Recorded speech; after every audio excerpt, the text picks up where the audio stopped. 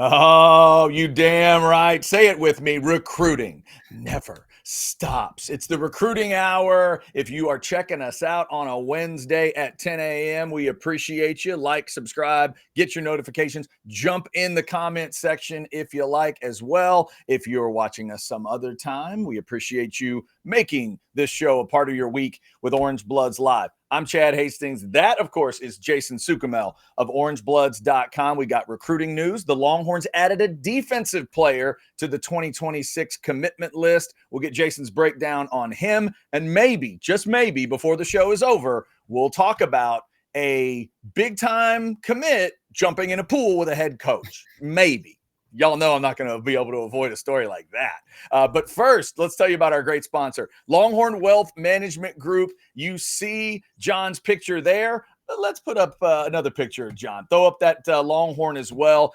We put up the Longhorn because he is a proud Longhorn, along with his 6 siblings and his wife. That's why the company is called Longhorn Wealth Management Group, dedicated to providing a lot of great opportunities for Longhorn families and friends across the nation for over 30 years. This week, John wants to congratulate another winning team at Texas. It's the UT women's rowing team. They won the SEC title in their inaugural season in the conference. To celebrate that SEC championship, John is offering all Orange Bloods Live fans the opportunity to achieve their own retirement championship by taking advantage of a free 90-minute private consultation. Learn how working with a certified financial planner like John can help you maximize your wealth, minimize your taxes, and ensure your legacy. You can call them at 972-707-4900 or go online to longhornwealth.net. Schedule that free 90-minute private consultation today. Thanks to John and the folks at Longhorn Wealth Management Group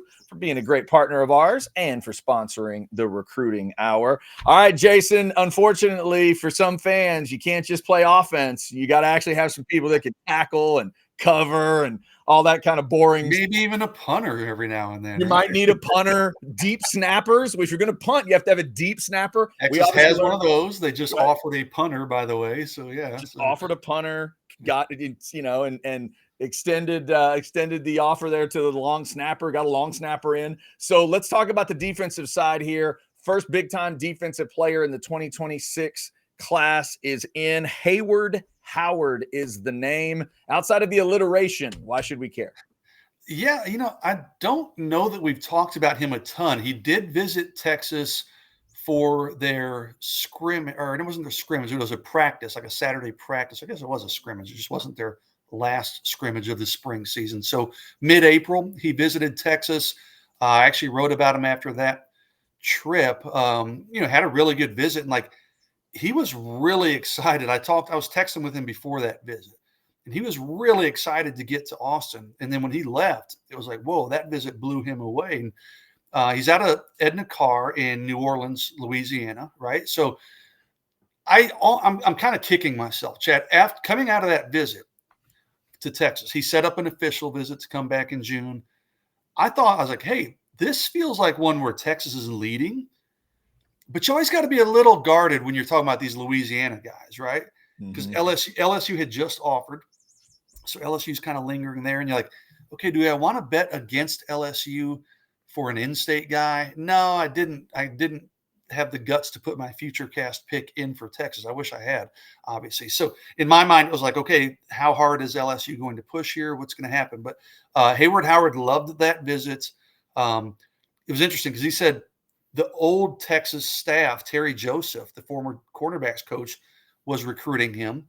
And then when Terry Joseph left, Mark Orfe comes in, and he said, Coach O's been recruiting me even harder. So Texas really prioritized him, the new cornerbacks coach, Mark Orfe. Again, 6'2", really athletic guy. Just loved the culture, loved the DB room at Texas and the development there. Loved the fact they said, hey, you can do multiple things in our secondary. He's listed as a cornerback. They said you can do multiple things in that secondary, and gave Texas a commitment. He did have, and I need to follow up with him. I actually tried this weekend, and maybe he's still celebrating. I don't know. But he has his Texas official visit in June. He did have a Miami official visit, and he told me he was going to take an LSU official visit. I need to double confirm if those visits are now off the board. But this is a young man. I mean, he seemed pretty happy with his decision. Sam Spiegelman from Rivals.com talked to him. I think it was actually before his commitment, the night before, to get commitment quotes. And it wasn't a decision he just woke up one day and just kind of made it, fly by the seat of his pants decision. It was something he thought about, talked about people close to him, and just felt really comfortable in his experience in Austin, and decided that's where he wants to be. Jason, interesting to read your note there on, Coach Joseph to Coach Orfe. Sometimes I think we think of it as when a coaching change happens, it'll always be negative for recruiting. There's that natural thought of, well, they're going to lose momentum and all that. And not that, and he pointed it out, not that Coach Joseph didn't pay attention, but sometimes that new energy and new level of attention can get the kid to pay attention. I'm saying the word attention a lot, but I thought that was an interesting note about Coach Orfe and what he's done, and kind of, that new energy and how it was important to him. I'm glad you're paying attention to my writing, Chad. Terrible. We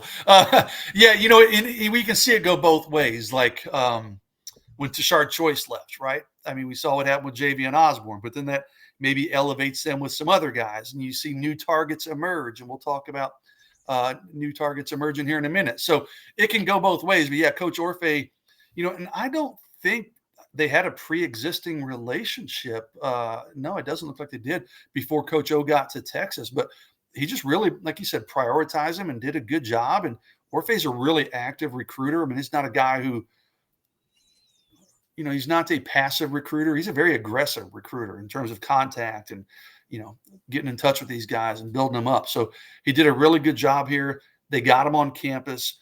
When they met face-to-face, it just clicked. I mean, I'll be honest, and this is not a slight to Terry Joseph, but if Terry Joseph is still at Texas, I don't know that Hayward Howard is a Texas commit. I think Coach, like you said, Coach Orfe really kind of bumped that relationship up pretty quickly. So, yeah, it was one of the kind of unique, not completely unheard of, but a unique opportunity where one coach leaves, a new guy comes in, and it actually elevates the team's chances. And that's exactly what happened here. In terms of rankings and everything for Hayward Howard, what level are we talking about here? Kind of a mid to high 4-star type of guy, or what neighborhood? Yeah, I would say that's exactly right. Mid to high is a 4-star, 5.8. So, I think he's got a chance to be a Rivals 250-ish type of player. So right now he's number 10 in the state of Louisiana, number 33 cornerback overall by Rivals.com's ratings. But again, 6'2", he's got really good length at the cornerback position, 170. You watch his huddle film, really good ball skills, able to make, use his height and his length just to kind of give receivers fits, but really, again, good ball skills too when he gets his hands on the ball. So good pickup for Texas. I think this guy has a tremendously high ceiling. Maybe he's still kind of scratching the surface of his potential, but tremendous upside in Hayward Howard. Yeah, and I've said it plenty of times, but I love seeing 6'2". Nowadays, Jason, like I'd be, for the old school folks, unless you're Darryl Green, I don't want to hear about you unless you're 6 feet tall. I want 6 foot and taller. I don't want 6'8" at that position, but we've seen 6'4" guys. I mean, right, 6 foot to 6'4". That's exactly what I'm looking for. Corners and safeties. I just want length out there. Yeah, well, he definitely brings that. And you're right. It's very rare that you see anything under 6 foot anymore. I mean, certainly not for a program like Texas, but Hayward Howard certainly fits that bill with his length at outside cornerback. Yeah, dig the name too. Hayward Howard, a Louisiana kid, but now he is a Texas commit in the 2026 class. So keep an eye on that. First defensive player into the 2026 class, and it's what, 6 overall now? Do I have that right? Yes. 6 members of that 2026 class. All right, we roll on with the recruiting hour, and we always tell you to check out orangebloods.com. Let me throw you a QR code here. There's the Orange Bloods QR code. And wait, hang on. I had it set differently. Let me do this so we're not covered. There it is. The Orange Bloods QR I was about code. to go like, here, I'm up here. Yeah, no, where did Jason go? I'm trying to pump Jason up and then he disappears. That's a bad idea. Check out orangebloods.com for all kinds of great content including the Everything, Everywhere, All at Once article. There was mention of a story that we'll get into later with Richard Wesley in there, but some other good updates. Plus, there's the 3-2-1 article. We're going to dig into that here coming up every week. Jason gets you that 3-2-1 article, so be sure to check it out. Jason, this week in 3-2-1, you get into some, I guess we'll call it offers and visits, but some recent offers that are now also setting up future visits for guys as they're looking for official visits. So let's jump in here. We were talking about tall guys. How about a big, tall offensive lineman out of Arizona, Aaron Thomas? What do we need to know? Yeah, I tell you, this is a really interesting one, Chad, and I'm watching this one really, really closely all of a sudden, okay? Kyle Flood, and I'll tell you why. Kyle Flood went out there last week to visit him and offered him, I think it was, I don't remember, Monday or Tuesday of last week. And by the end of the week, Aaron Thomas had set up an official visit to Texas. Now, when that happens, kind of like Samari Matthews, the cornerback out of North Carolina, you remember Texas offered him, and literally the next day he set up a Texas visit. I was like, okay, right. That tells me that dude has a pretty strong interest. Yeah. Well, Aaron Thomas did the same thing. A couple of days later, he set up his official visit to Texas. He's never been before. He's very excited. He's out of Mountain Point High School in Phoenix, Arizona. Former high school teammate of Texas running back Christian Clark. Those two have already talked. Loves Texas's history of developing offensive linemen. He mentioned Kelvin Banks. He said, hey, Kyle Flood told me, look, the proof's in the pudding. We don't mind playing true freshmen. I mean, look at, Kelvin Banks, DJ Campbell. So Aaron Thomas looks at that and he's pretty intrigued. His official visit schedule, he's already visited Washington. Okay, Washington's a major player there. He's got Ohio State in about 2 weeks. And then in June, he goes Florida State, Texas A&M. Now, there's a couple more interesting things here. His dad played at Florida State. His dad played for the Jacksonville Jaguars and the Tampa Bay Buccaneers. He's a center, I believe he was, offensive lineman. I think he was an interior guy, center. So I asked him, I said, hey, that's a lot of Florida ties. Does that matter? He goes, nah, not really. He's just really big on getting developed and, opportunity to play early and compete for championships. I mean, Texas offers all of that. So only has been playing offensive line, Chad, for 1 year. He was a defensive lineman up until last year. Moves over to offensive line, has a bit of a growth spurt.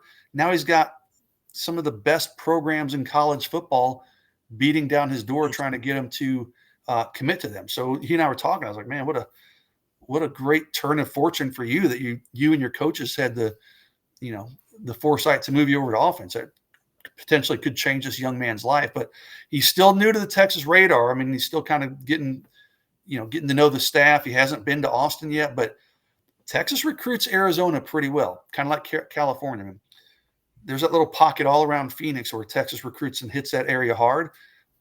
I got a sneaky suspicion when Aaron Thomas comes in for his official visit, he's going to really like what he sees. I think Texas is going to be a major, major player in this one. And that's a June 13th official visit that weekend? June 13th for Texas. That's correct. Okay. And let me see if my memory is correct. Is that also the Ojo weekend? That is Ojo. There's so many, that whole month of June is hard to remember. Yes. Ojo is Zayden Krempin, I believe, is the 13th. So they're going to bring in some offensive beef.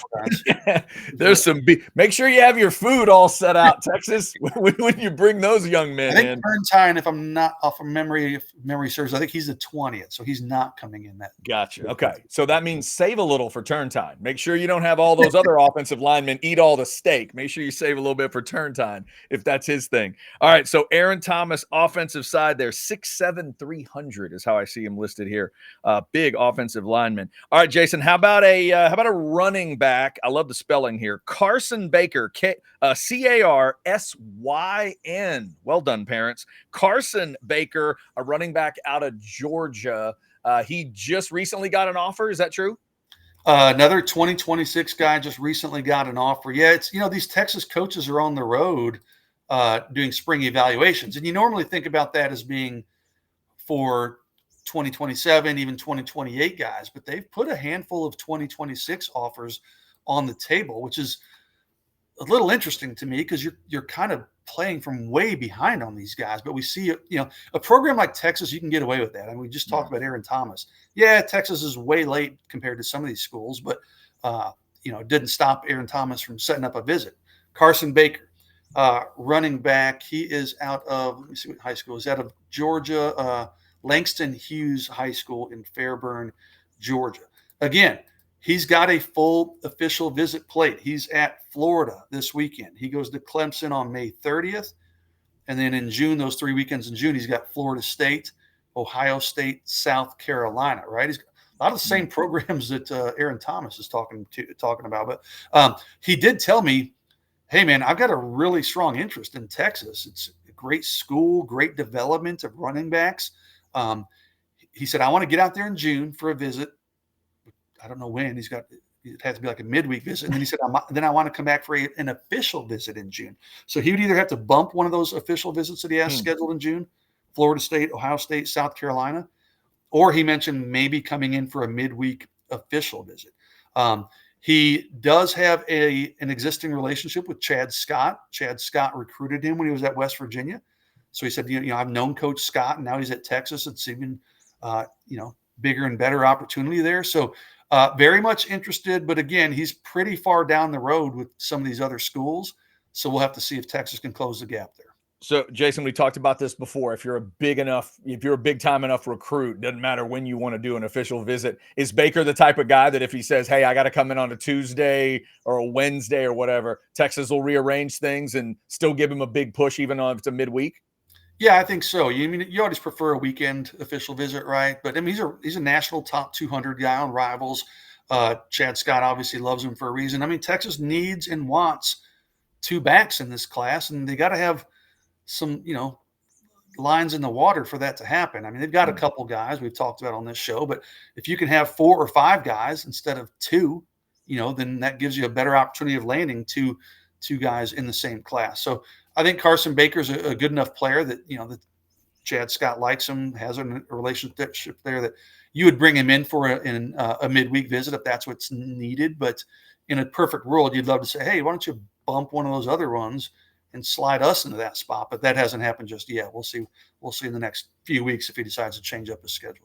All right. Carson Baker, a busy schedule guy. Definitely. Sounds like he's got it full, but he does want to maybe work Texas in, as Jason's talked about. When you see those offers go out and then you see the planning start immediately, might tell you about the interest that the kid has. Carson Baker, the name to mention. Before we get to another name, let's get to a name we love around here, and that is Specs. They bring you the Specs chat on all the shows. Thanks to Specs for their support. Let's hear from them, and specifically, let's see what Lisa's doing. A lot going on in this spot.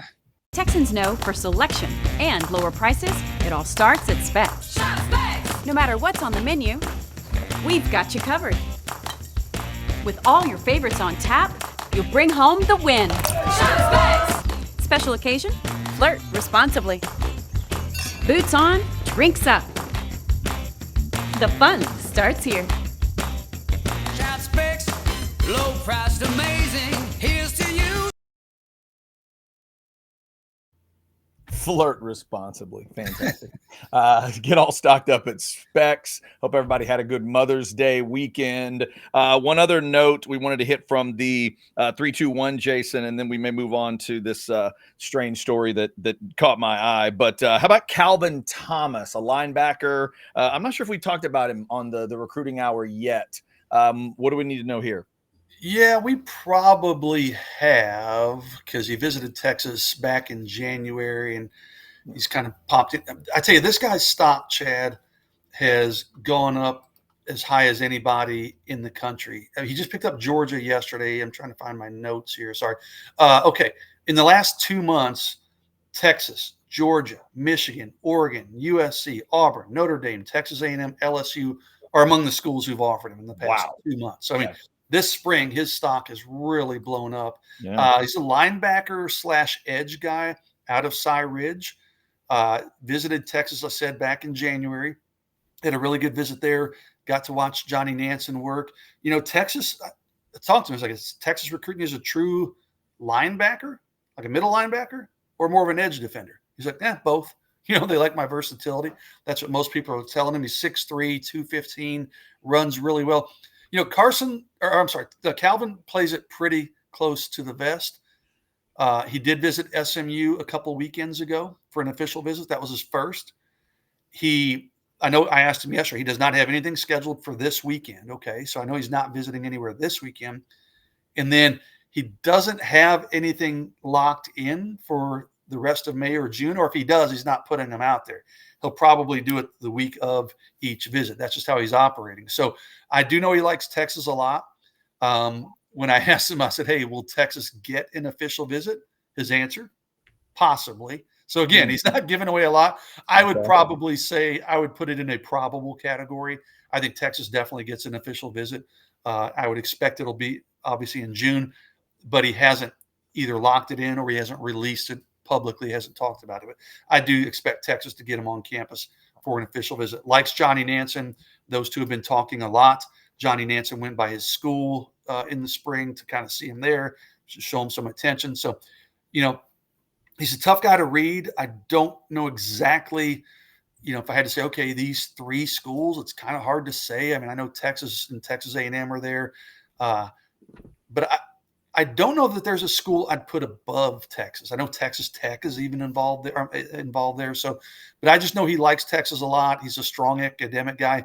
He has the kind of personality and the character that just would seem to fit at the culture that Texas has built up under Steve Sarkisian. So watching that one closely, but nothing immediate in terms of visit to Texas or anything crazy going on with Calvin Thomas. But he is very interested in Texas. Been a top priority for Johnny Nansen over the last couple months. There you go. All right. Remember to check out that 321 article at orangebloods.com. We hit just a little bit of spot here. I'm going to send you a guy in the chat that I want you to talk about. It's a new offer. I don't know much about him, but can you pop that profile? Is that possible on the screen? Let me see here. I don't know if that. Oh my! While you're looking at that, Texas has offered some new 2027 guys. A couple offensive linemen, like all over the country, including New Jersey. So there's one they just offered this week. I thought you would really appreciate this. I don't know if you're able to hang on. I see what you're doing. I want you to talk about this guy. I know you do. All right. Go ahead, Chad. Where's that? What school's that guy at? To talk about him. All right, here we go. All right, so we got an offensive lineman, 6'6", 250 is a 2027 guy out of St. Peter's Prep in Jersey City, New Jersey. Uluwaseore Ulubobola. Wow. Ulubobola is a great last name. Well, that's fantastic. Uluwasa. I've had that in my hip pocket all morning. I'm going to just. Woo! Yeah, I'm going to go with Uluwasemalore Ulubobola. You're going Ulu instead of Olu, huh? Okay. All right. Interesting. But maybe you're going Ulubobola. I saw that offer and I was like, all right, I'm going to pop Chad just on the recruiting hour, just make him say that name. So, that is fantastic. Someone said like on Orange Bloods, like, oh, somewhere Craig Way is like, oh no, please don't go to Texas. Please don't go. Hey, trust me, as long as I've known Craig Way, he loves that stuff. He loves it even more than I do because he gets to say it during games, game time. He'll pull it off. Craig is like, challenge accepted. Let's get it. Let's do it. I've watched him accept those challenges plenty over the years. That's very, very cool. We will definitely keep an eye on Olubobola. I like it. I'll practice. I promise, Jason, if he continues to be part of the conversation, I will get practiced up. I'm going to have to reach out to him and be like, hey, maybe he just goes by Big O or something. I don't know. I hope so. No, here, you need it to be just Olu, like that first name. Let's see. Letters, yeah. Right. He's one of those guys, if I ever write about him, like normally if I'm writing about whatever, Hayward Howard, you always, as a journalist, you write Hayward Howard on first reference. Second reference is just Howard. So blah, blah, blah, blah, blah. Howard said, blah, blah, blah, blah, blah, said Howard. Yeah. Well, on this dude, it's going to be like one of those ones where I have to copy and paste his name each time. I'm not going to type it out each time. It'll be just copy and paste his name. Yeah, for your sake, I hope they're just going to go with Olubobola. Maybe use the same sound in both names, then the first name can be, like we've seen with there's a lot of different guys. But what was the defensive end that was just at Ohio State?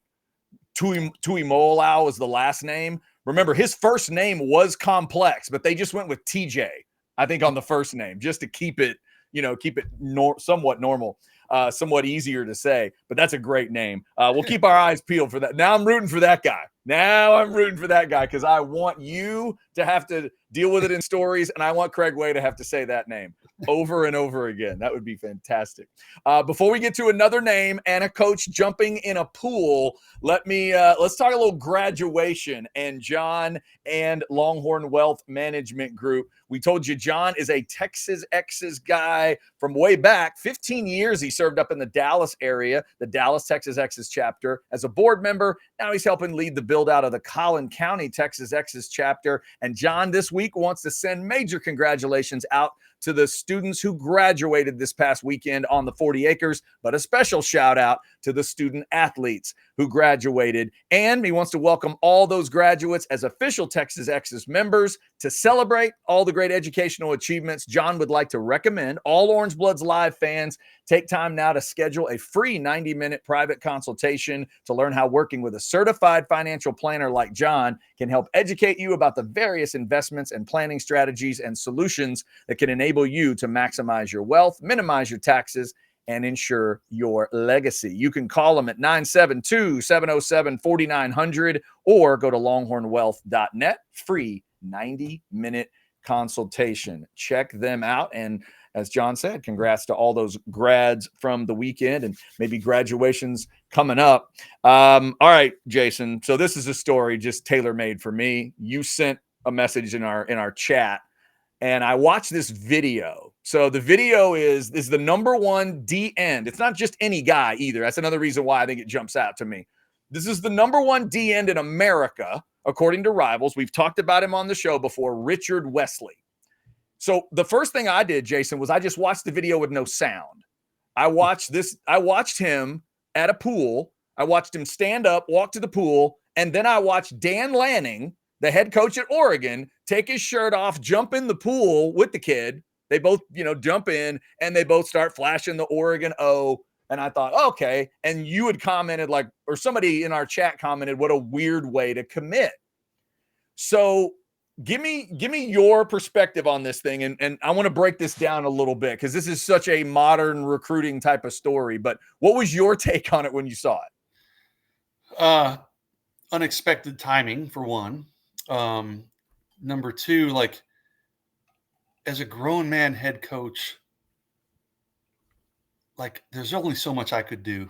At some point I'm going to be like, dude, you're a 5-star. I love you. We really want you in our program, but I'm not doing this. There's only so much ass I can kill. I mean, What is Dan Lanning thinking when this is suggested to him? Surely it wasn't Dan Lanning's idea. I would hope not. I don't know. I just thought it was very awkward. And I like Richie Wesley. I've talked to him. He visited Texas. We've talked about him. Really nice kid. I'm not faulting Richie Wesley. He wanted to do something different and creative. To me, it's more about my focus is more on what Dan Lanning did. Like you said, takes off his shirt, cannonballs into the pool. I was like, that's just a little odd for a coach to be involved in a commitment video is odd. But would Sark do that, Jason? Would Sark jump in a pool for a kid? No. I agree. Coaches technically, it's kind of walking a fine line because coaches can't talk about players, but I guess Lanning didn't say anything in the video, right? So I guess he didn't break any rules technically, but no, to answer your question, Sark wouldn't do it. I don't know of any other. I never would have thought Dan Lanning would have done it, though. I don't know that any other coach that would do it. Yeah, you brought up a great point. I hadn't even thought of that angle of it. You're not allowed to say the name of this kid at a press conference, but you are allowed to do. I think the most he said was "Let's go" or "Here we go," or maybe he said "Go Oregon" or something like that. Surely they ran it by compliance as far as hey, can I even be seen in this video? I don't know. The whole damn thing was odd. So now to the next level of it, though. Correct me if I'm wrong. Is the next part of the story that the kid's family has now said it wasn't really a commitment? Yeah, he was up in Oregon on a visit, and this just happened spur of the moment. His family didn't even know it was going to happen. So they're all saying, or his dad anyways, told Rivals.com's Adam Gorney, hey, we were kind of caught off guard. It's not a full commitment. The way the comments kind of read to me, Chad, maybe and I don't, I could probably pull them up here in a minute here. The way it read to me was like, everything's not in place. Like, hey, we still have some NIL negotiating to do, with them and with other programs. So, we don't have anything set in stone with Oregon as far as the full package. His father said, okay. Well, yeah. As far as we're concerned, we like Oregon a lot, but there's still some fine tuning that we need to do. Well, just a couple of weeks ago, Richie Wesley had talked about visiting Texas and Texas A&M and USC. And, we've talked about this before. Like, he's always been thought of as a guy that was going to stay out west, USC or Oregon. And he reclassified to the 2026 class. Mm. And then there was some thought about a month and a half ago, like Oregon and USC were kind of leery, like, we think Texas might have a say in this thing. And he did visit Texas and loved that visit. Everything was great. But then he's been back to Oregon now a couple times since then, kind of fallen back in love with Oregon again. But I just read that comment. We don't have anything set in stone with Oregon as far as the full package. That to me, and again, maybe I'm misreading it, but that's almost like, hey, I'm going to commit to Oregon. Let's jump in the pool. We'll work out the numbers later. Right. So, the next layer for me is I'm really confused if I'm Dan Lanning or like, what was the confusion part? So whether or not a coach should do that, I think is absolutely a conversation. And we just had it. But I'm going to take my shirt off and jump in a pool, and you're not even going to give me the commitment? Like, wait a minute, what just happened here? So I get that Dan Lanning is kind of that. I call him like a polished Tom Herman. He's got that kind of meatheadedness to him, and he just kind of, ducks his head and goes. But I think on some level, you got to have all those things covered. So I'm wondering what happened here. But so what you would tell people for Texas fans and maybe fans of other schools that may be interested, you don't think this one is even done at the point of like a hard commitment at this point? Like, where does it stand for you? Yeah, let me read. This is not a quote from Richie Wesley or his dad, but this is from the story on Rivals.com. After announcing his commitment, Wesley talked with his father Saturday night and said he still wants to go on some other official visits. Texas was one school mentioned. And then his dad went on to give another quote. It was kind of like a shock, Jonathan Wesley said. We had a plan set in stone, but I guess the overexcitement, this whole process is a lot on a kid. It's a lot on us adults. Ultimately, when I talked to him, he didn't tell me to shut the recruiting down. He's still very much open and interested in other places. So this definitely isn't a final decision. So very much a soft commitment, if there ever was a soft commitment. And you went as crazy as to jump in a pool over what now is a soft commitment. I mean, Yeah. Okay. Hey, AJ Milwee did a backflip into a pool the day Arch Manning committed to Texas. I'd be like, I get it. Okay, I kind of get it. But this taking your shirt off, jumping in with the recruit for a soft commitment, very soft commitment. Seems a little extreme. So. Yeah. All I know is if I'm Dan Lanning, it's like, look, I know it's modern. I know technically this is not your final decision, but can I please have this? I jumped in a pool for you. Like exactly. At least for 2 days. Like you can take, I know you're going to take other official visits. Like just for like 2 or 3 days, can you please be Oregon for me? I jumped in a pool for you. Sure. Anyway, so there you go.